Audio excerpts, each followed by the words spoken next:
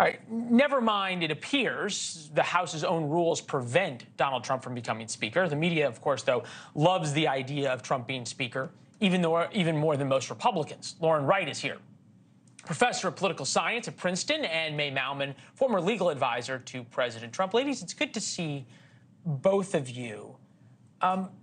May, was I too harsh when I said that it was unfair to circuses to call this a circus because circuses have ringmasters? I think that's right. And the ringmaster, I thought, was the man that you just showed, President Trump. Isn't he supposed to be the head of the Republican Party? He could have saved McCarthy as Speaker, not as any sort of I love you to McCarthy, but because we've got a job to do. There were 2 million illegal crossings in fiscal year 2023. Obviously, you've got a Department of Justice that is weaponized not only against the president, but against a host of conservative issues. So this, keeping some solidarity, keeping Kevin McCarthy in as Speaker would have been in the Republican Party's interest. President Trump couldn't bring himself to do it. And so you're right, we have no ringleader. Fair enough, at least an honest assessment. Lauren, I think about all the things when you think about polling that would be going the Republicans' way, and we pointed this out last night. Stock market around the same levels as the beginning of the year, so way down. Gas prices continue to stay high. Interest rates at their highest in more than a decade, which affects, obviously, home ownership. 250,000+ illegal immigrants coming across the southern border. President Biden's approval rating down, as a vast majority worry about his age. A new poll shows a record high number of Americans trust Republicans to manage the economy over Democrats. Republicans up by 14 points. You study polling.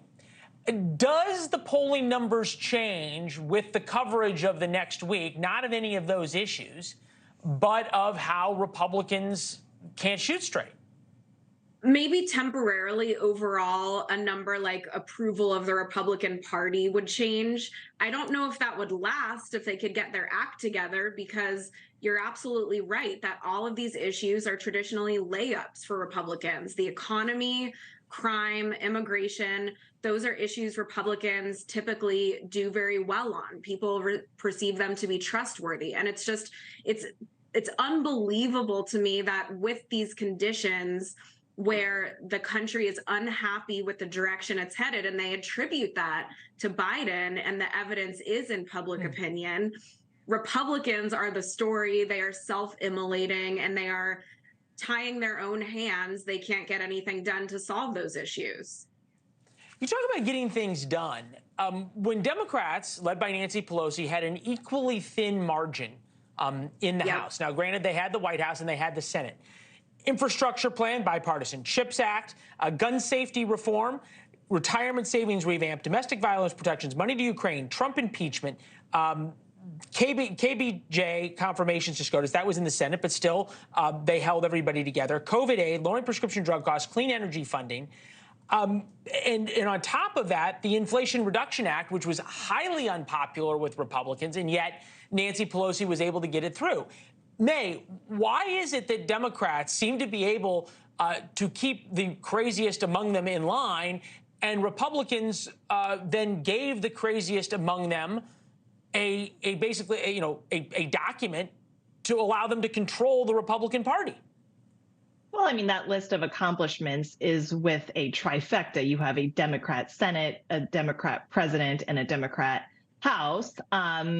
And, you know, maybe there's some motivation there. Also, you have a leader at the top who might be basically like an elderly man who doesn't know where he is, but he's not polarizing, right? So that part of the issue is that we've had such a polarizing leader. And so you've had these factions break out, people voting, you know, to impeach him. So, you know, we've had a lot of issues to deal with, but I think there is a little bit of a silver lining, which is that if you're looking for a party that that does have disagreements, and that maybe those disagreements can come to better policies, I would offer you the Republican Party. Of course, we don't have the Senate and we don't have the presidency, so we really have little to offer you right now, but maybe one day.